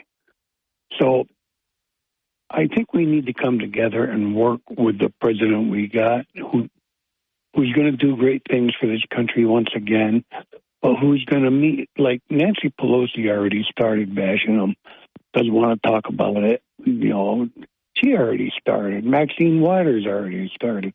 I haven't heard one person say anything positive about Trump getting elected on the Democratic side. And it only takes a few people who are Democrats, a few powerful people who are Democrats, to come out and say, look, our country needs to heal from this. We need to work together. We need to make it a better country. And I think Trump's cabinet is going to do that. I think a great job for Elon Musk would be an auditor for the GSA, which is the government services, and find out why we're paying $5,000 for a boat we can get at a hardware store for $3, and things like that. I think we need a much smaller government and a government of the people once again, not a government for the government, but a government of the people. And I see that possible. And it isn't going to be done in one election cycle. It has to be done 2028. We have to get Vance in there or another candidate. And it could be a Democrat, as long as they're willing to bring the nation together and put America first. Because the reason Donald Trump won the election is because America's been put last for the last 4 years. 13 soldiers killed over there in Afghanistan in the bailout. So many things went wrong during the Biden administration. Wars were started. Now I'm seeing reports on the internet, don't know if they're true or not because I haven't seen them on the news, that countries that are at war with Israel or not right now are backing off because Trump won the election. And like I said, don't know if that's true. We'll find out soon enough. But, Bob, we need to unite. If Matt Ryan and we can come together, I think the nation can come together, because nobody hated Matt Ryan's politics more than me when it came to the natural gas drilling. But I knew the person he was running against for the district attorney. I know it. A lousy person he is, so I backed Matt Ryan. A lot of my friends don't understand it because they don't know what I know. Well, you did something that my guess is very few of the people in our audience ever expected to happen. And you stepped outside. Some people would say you stepped outside your comfort zone and actually endorsed someone with whom you've had highly publicized disputes in the past. I mean, to the point where, the cops had to get involved. I mean, I'm not relitigating the past, but just pointing out that what happened with an endorsement in that particular race, it wasn't on my bingo card. I had to go up and see for myself. I heard what was going to happen, but I had to be there and see you and the Democratic candidate in the same room in a place that I really didn't think he would return to. But there he was, back again at where, and you were there, and everybody was, that was the kind of peace and tranquility that I actually like to see. Everybody there seemed to be getting along that afternoon, and I didn't stay long. I had other things to do, but I was probably there for 20 or 25 minutes, and it was just, in some ways, and some people would say, Bob, this is trivial, but no, I thought it was important because it demonstrated that people who disagree on a lot of issues can actually sometimes wind up being on the same team. Well, that's just it, Bob. That's my whole point. I am not a party-convicted Republican. In other words, I cross party lines when I see it fit. And that's the trouble today. People, I think, are so indoctrinated by the media, the commercials on the politics, and they're restricted. They're restricted. For instance, Republican Party here in Binghamton, it it did not back any of the other Republican candidates except for the ones they chose. And that's how the machine works. In Binghamton, the machine is more visible than most places I've ever seen. If Fred doesn't like you, or B-Joy, or whoever's running the party now doesn't like you, and you're a good candidate, better than the one they're putting up, they're going to shun you because they want the good old boys and party. And people got to wake up and start looking. And I'm talking about the Lisa O'Keefe and Donna Lopardo race. Lisa O'Keefe would have been a great legislator. I sent her a note telling her I'm sorry about the results, but I thought she did good with the percentage, and that I will support her again if she runs in 2 more years. Because from this point on, Bob, and I think everybody should be like this, I'm going to watch everything Donna Lopardo votes for, everything she does, and everything she doesn't do. And I got a notebook already labeled Donna Lopardo. And I am going to make sure that for whoever runs against her, because I know Donna, I know what she is, I know what she's done to me and to the community and to the farmers of our community, and it's time we change up. I mean, if another Democrat comes out and runs against her and she's better than Donna Lopardo, she got my vote. But Lisa O'Keefe, she would have been such a great, because 1, she's a Christian. 2, she will not lie or play dirty politics. In all her ads, she didn't say anything bad about anybody. And that's what we need, people who are positive about the things they care about in an election, things that affect the community. And because of that right there, things that affect the community, that's why I backed Matt Ryan. Now, I had friends who saying, are you crazy? If he makes district attorney, nobody's getting a pistol permit. You know what? That's not true.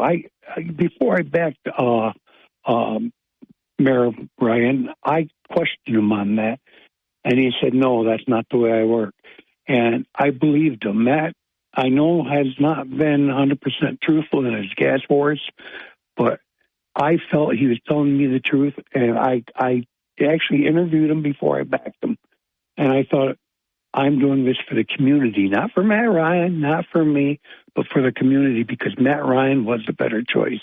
Look what just happened with John from Binghamton getting the door slammed on him and Battisti laughing in the background.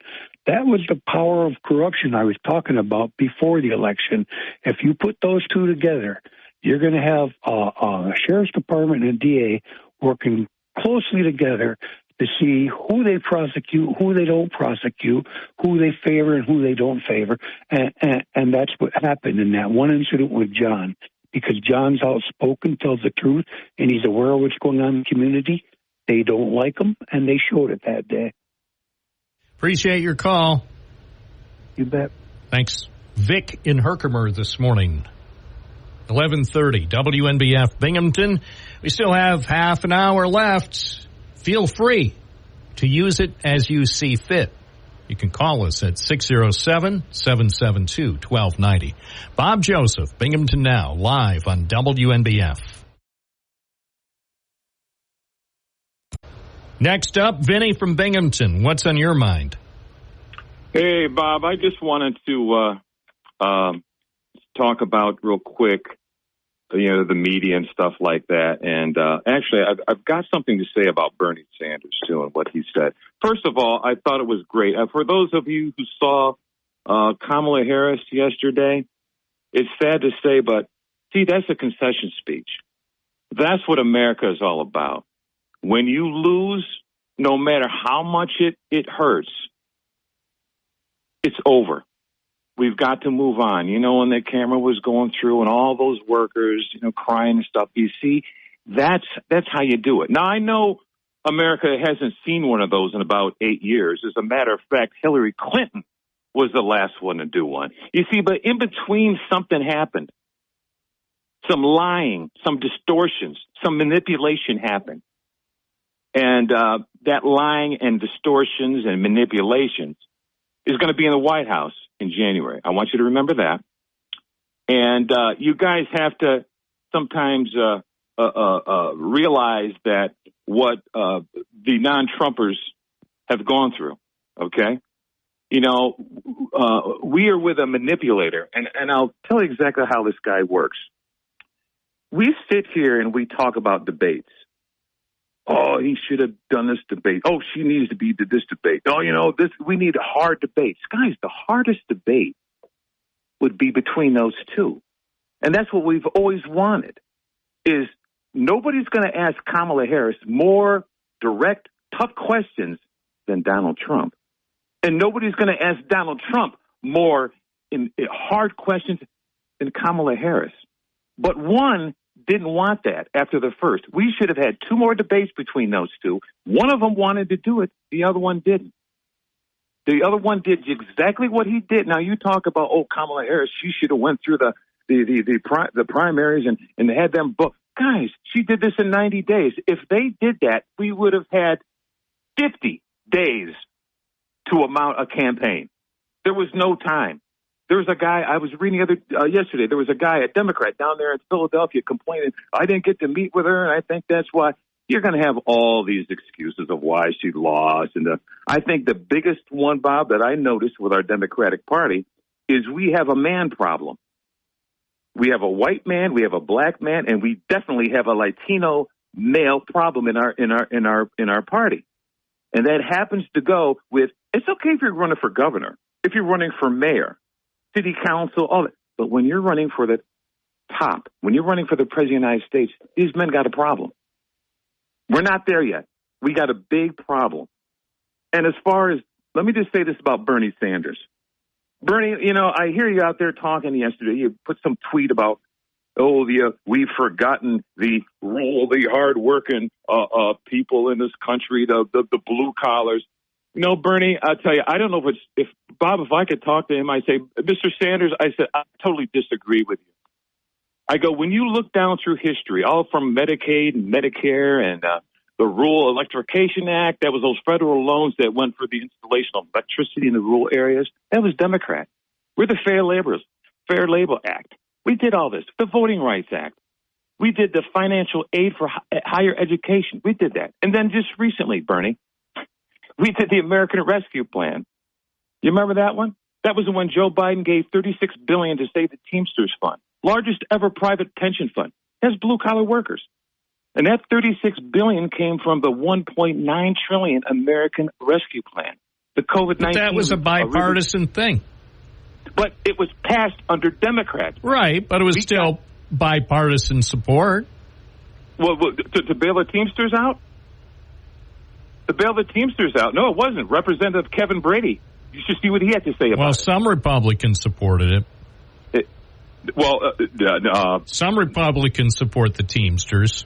But exactly, Bob. But they didn't even come out and support anybody. Why? We just saved your pension. I don't know. The Teamsters, over the years, I'll just say the Teamsters have always been something that mystified me. I don't know the whole thing. It just strikes me as bizarre. Hey, I'm going to try to get in a couple more calls, okay? But Bob, my point is... Make a quick point, because I want to get in more calls. Well, that's my point. All these things, what are you going to say we've forgotten? I think it's not we haven't forgotten the blue-collar workers. They're just not listening. Well, then maybe there needs to be a better message. A message that'll resonate. It's 11:37 at WNBF. Morning, you're on the air. What's your first name? Where are you calling from? Valerie from Binghamton. Welcome to the big show. Hi. I haven't had a day off in a long time, so I'm excited to call in and everything. So you had a caller earlier that talked about bringing in a goodie box or something, and it got me thinking about, we talked a long time ago about the WNBF cookbook and how it would be swell to revamp that and get a new one going. I don't know how it would work or how hard it would be, but it wouldn't have to be typed in by hand anymore. Maybe just scanning recipes from callers, like your favorite recipe, and then compiled into even something on your website. And it would be nice. I mean, as I can ask this now because Bill and Ann Parker are no longer here to punch me in the nose. How hard could it possibly be? By the way, I know from talking with both Ann Parker and Bill Parker when they were putting that cookbook together, there was a lot of hard work. But that being said, that was decades ago when some of these things were far more difficult. I mean, it was very, very labor intensive, and I'm grateful that they spent all that time because hey.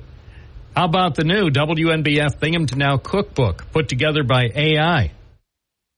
Wow. What could possibly go wrong?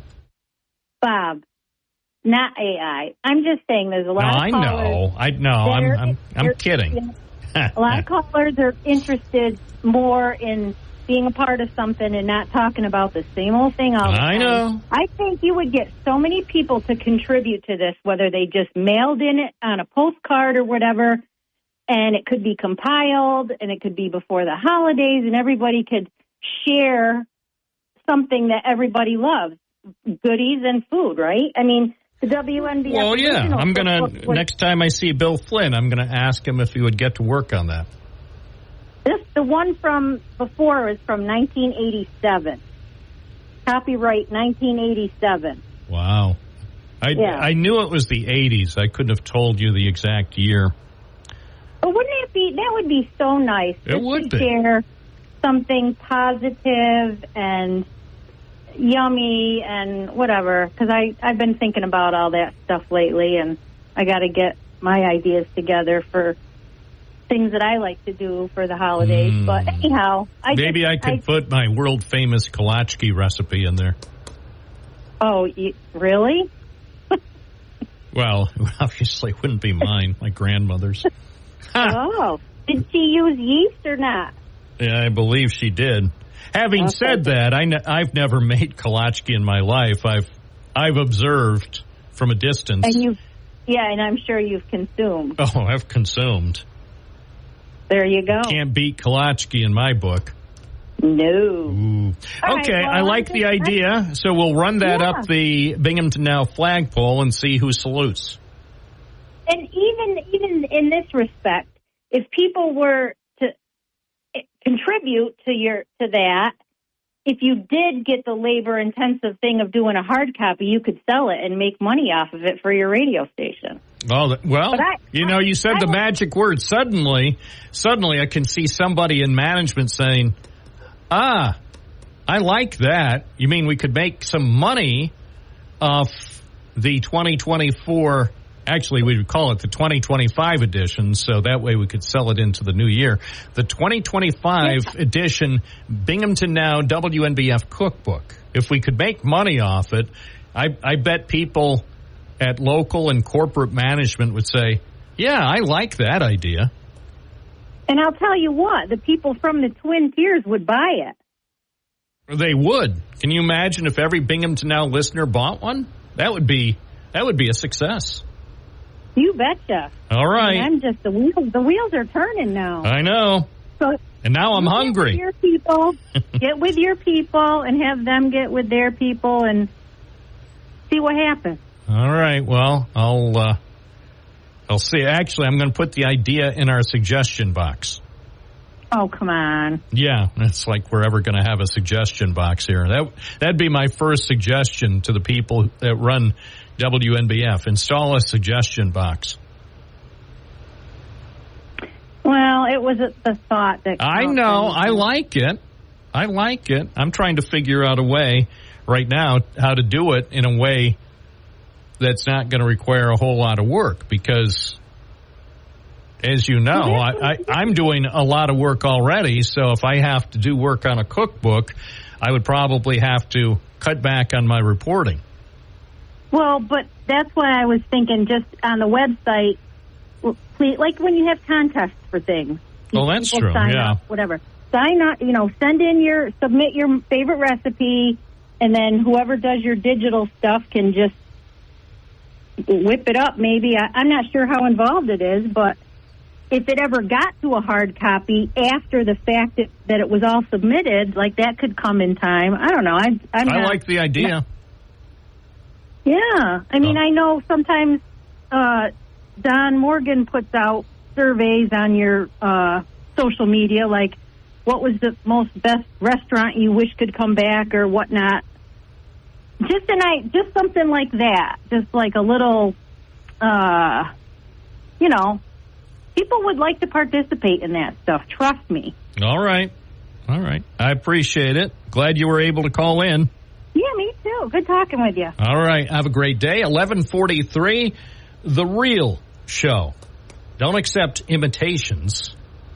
There's one real show that you need to know. If there's only one show you listen today, it should be Binghamton Now. More calls coming up, 607-772-1290. I'm Bob Joseph on WNBF. The calls just won't stop at 11:45. Martin in Binghamton. Good morning. You're on the air. Hey, thank you. Good morning. Yeah, let's start with the premise that we are not a Christian nation. You know, when you have people that subvert their alleged Christian values and elect people over powers what they want, and they elect a convicted serial groper of women, convicted felon, what do you expect? A couple of quotes from George Carlin that are still very prescient today. If you have selfish, ignorant citizens, you're going to have selfish, ignorant leaders. And also, they call it the American dream because you have to be asleep to believe in it. Now, you're already talking about putting Elon Musk in like this as I don't know what cabinet. But the worst of all is, like I saw Trump's quote last night. We're going to put Bobby Kennedy in. I want the gold, that meaning the oil. I want the oil, but Bobby, you can do anything you want. You know, and this guy's nuts. What are we going to have? Roadkill for children's lunch menu? He's talking about taking the fluoride out of the water for our children and their teeth.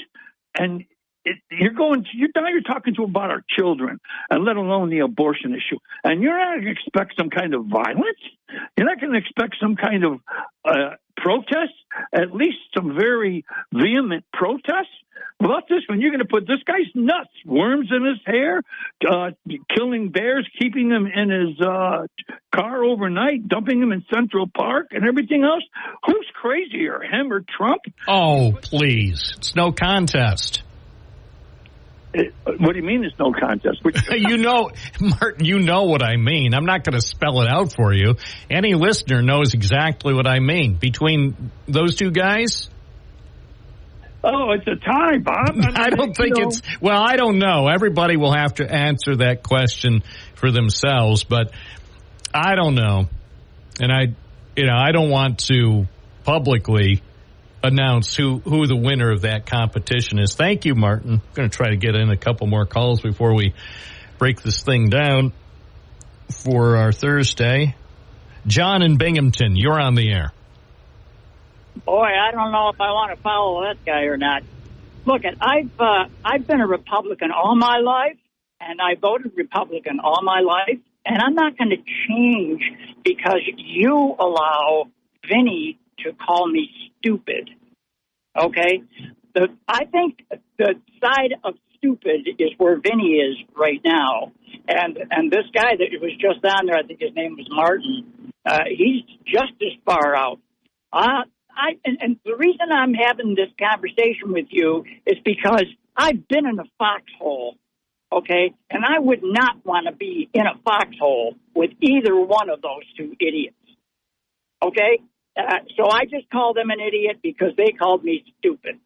And if the American people had to get in a foxhole to hide out, they'd find out that the Democratic candidate president had a smoke screen up, and all those people are still in that smoke screen.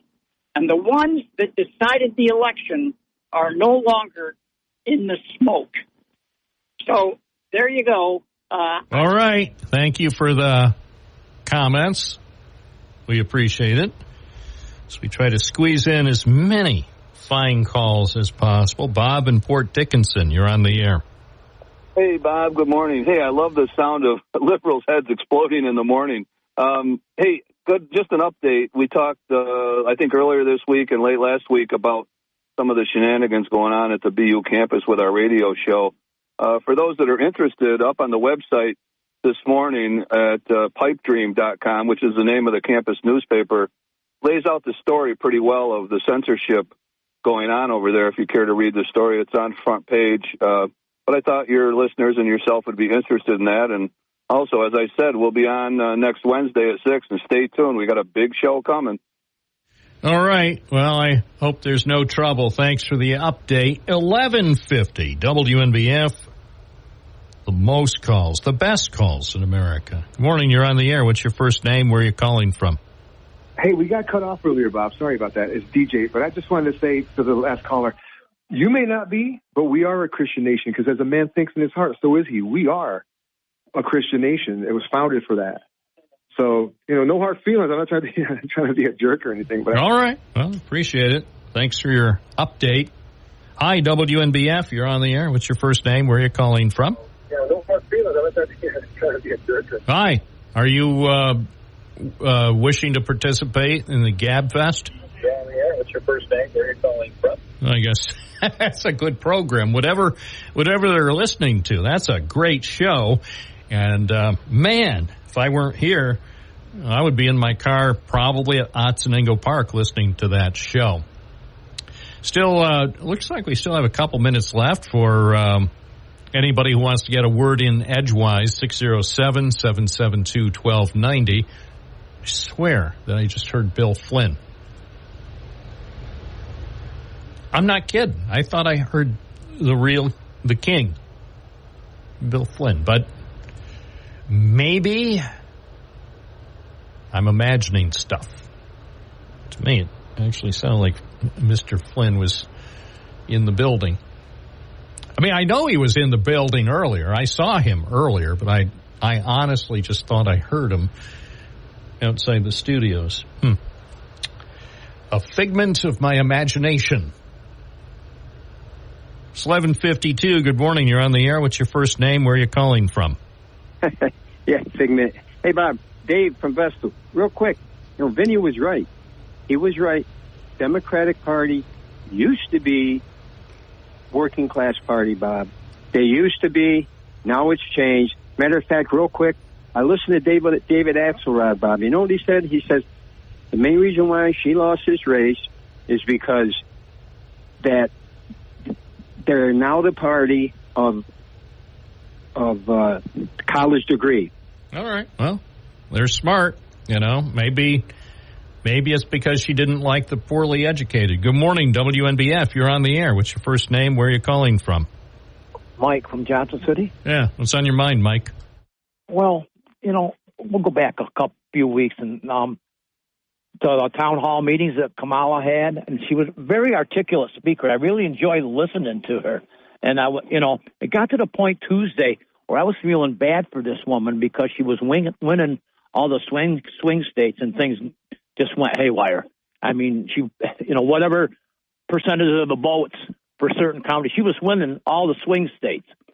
So, but like I said, it got to a point where I was feeling pretty bad for her, and I knew she got her point across to her listeners and everything. But what I'm trying to say is the bottom line, this administration sat on their hands for 4 years, tried to use every excuse in the world, including COVID, which wore thin after a while. And then basically the American citizens struggled and fought their way through days. And every place you would go, you would hear about this type prices are going up, groceries are going up. So I guess what I'm trying to say, this election resulted in you get what you deserve. They sat on their hands for 4 years and watched the average American citizen struggle, and this is the end result. I mean, if you want results, you got to perform. And it just was an inept administration from day one, and the really ineptness came out a week ago when he called Trump supporters garbage. Appreciate your call. Thank you. Hi, you're on the air. What's your first name? Where are you calling from? It's Tony. I'm in Binghamton. Yeah, what's on your mind? I'm curious as a couple of things. The old Weiss on Conklin Ave. Any idea what's going in there yet? Well, it could be a Chick-fil-A. Well, we won't know because no one's telling us. No, that's true. I talked to the guy who owns the building the other night, and he had no comment. I mean, not about that, but he every time I see him and I ask him about or call him, he never has a comment. So I guess we'll know when they have their grand opening, right? Exactly. All right. My other quick check is the Crowley building. Any news on that development or non-development? Actually, yes. And since you brought it up, I've been waiting to report a story, and I wasn't necessarily going to do it this afternoon, but because you asked, I will. I have an update, and I'll post it on WNBF.com later this afternoon, so look for it, okay? And if you swing by... Wait, hold on. Hey, don't go anywhere.